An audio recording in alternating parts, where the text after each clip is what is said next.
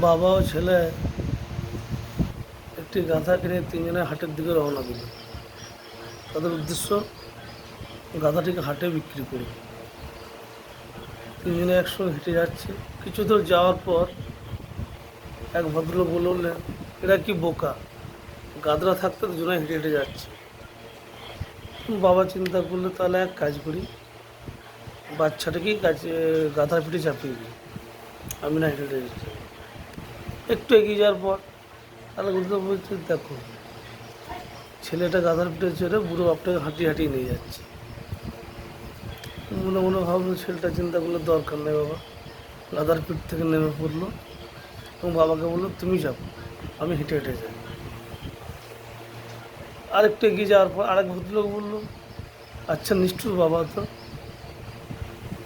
নিজে গাধার পিঠে চেপে যাচ্ছে আর ছোটো বাচ্চাটাকে হাঁটিয়ে হাঁটিয়ে নিয়ে যাচ্ছে, এরা বেশ মহা বিপদে পড়লো।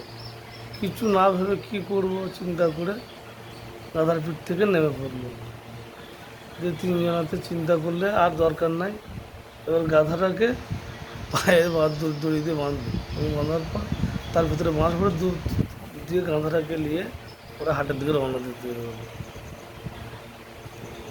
কিছু দূর যাওয়ার পর নালা খাল পেরতে যে তারা পড়লো এবং গাধাটির পাটি ভাঙলো।